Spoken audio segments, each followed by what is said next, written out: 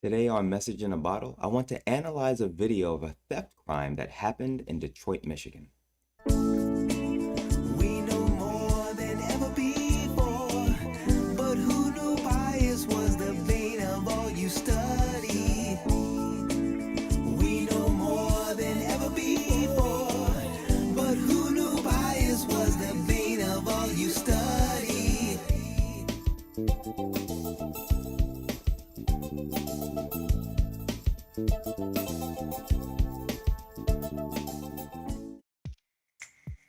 The following video is over 2 years old, but I've only seen it for the first time here recently. It's local newsreel footage that I'll play for you now. It's about 90 seconds long.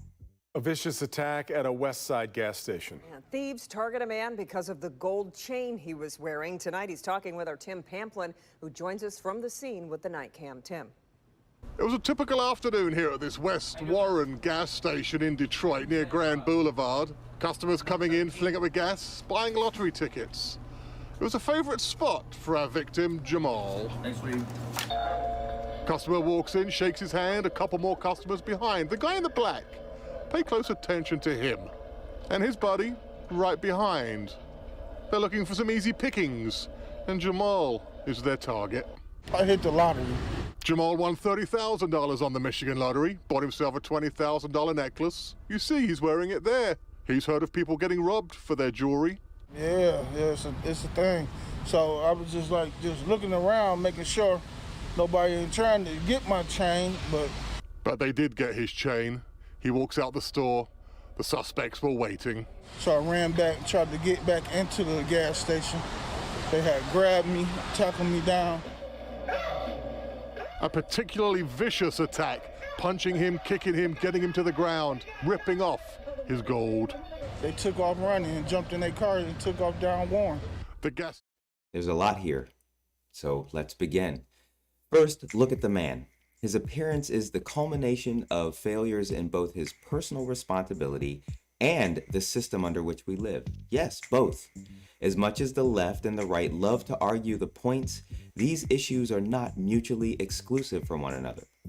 Hopefully by the end of this video, you will have accepted that truth.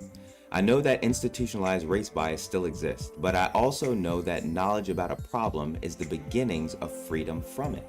I have no personal respect for a person that knows that problems exist, but still choose to play along while waiting for these issues to magically change. I say it all the time, no one is coming to save the group. The group has to do it themselves. Moving on, this man won the lottery, the so-called voluntary tax on poor people. He beat the odds and got a windfall that went directly back into the consumer economy. People like him don't even know what to do with a windfall like that. After winning $30,000, he spent 2/3 of it on jewelry, a status symbol. A status symbol that's only respected in his social community, no less. It wasn't even about the economic appreciation of precious metal and stone. He didn't place it in a safety deposit box. He wore this status symbol around his neck. Even if he didn't know what to do with the money investment-wise, that $30,000 could have been months of mortgage or rent payments. Maybe he could have solved transportation needs. Maybe he could have bought a book on nutrition or health or any number of positive things to do with a windfall of $30,000. Now, most of what I just listed is about his personal responsibility. That's all on him. But the fact that he's so ignorant of the system is on the system. Question, did he win $30,000 or about $60,000 to $70,000 and took the cash option?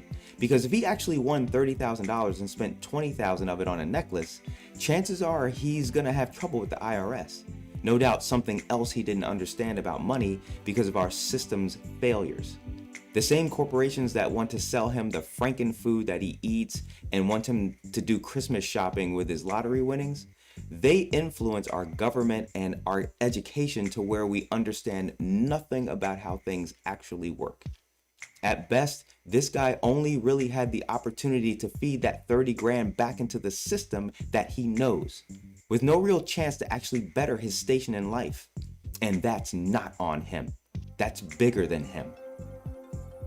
My mother's a religious woman that has some pretty rigid worldviews. Aside from the more broad and far-reaching convictions, a smaller one is that she never really liked the scientific classification of humans as mammals.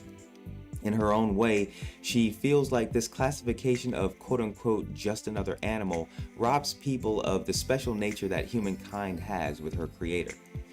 Not only do I disagree with my mom on this, but I think the key to understanding all of the hard questions about our perplexing behavior as people begins with the psychology and biology of survival, even for the smartest animal on Earth. Especially for the smartest animal on Earth.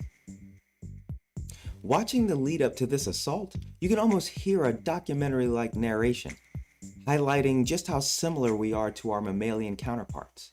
Humans dominate in packs, led by alpha males, searching for what is needed to survive. They look for weak prey. Often this hunting is done in the same territorial grounds. The gas station owner says he recognized that tall guy in that black top. A few months back, he was in the store. There he is in the white hoodie this time, and his MO was exactly the same. Then, eventually, they strike. They build nothing and will do it again when they need something else.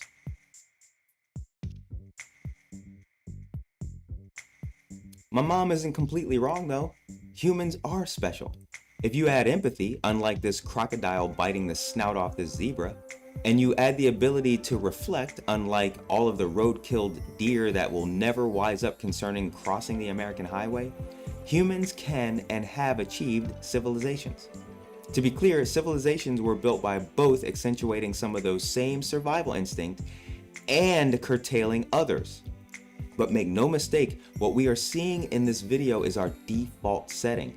This is what happens when any animal is reduced to daily survival, even the smartest animal on Earth. You ever hear somebody accuse someone else of being uncivilized?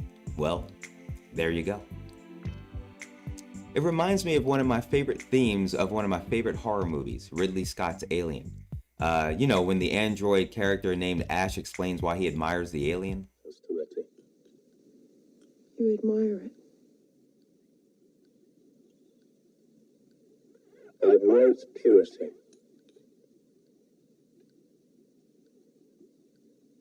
A survivor.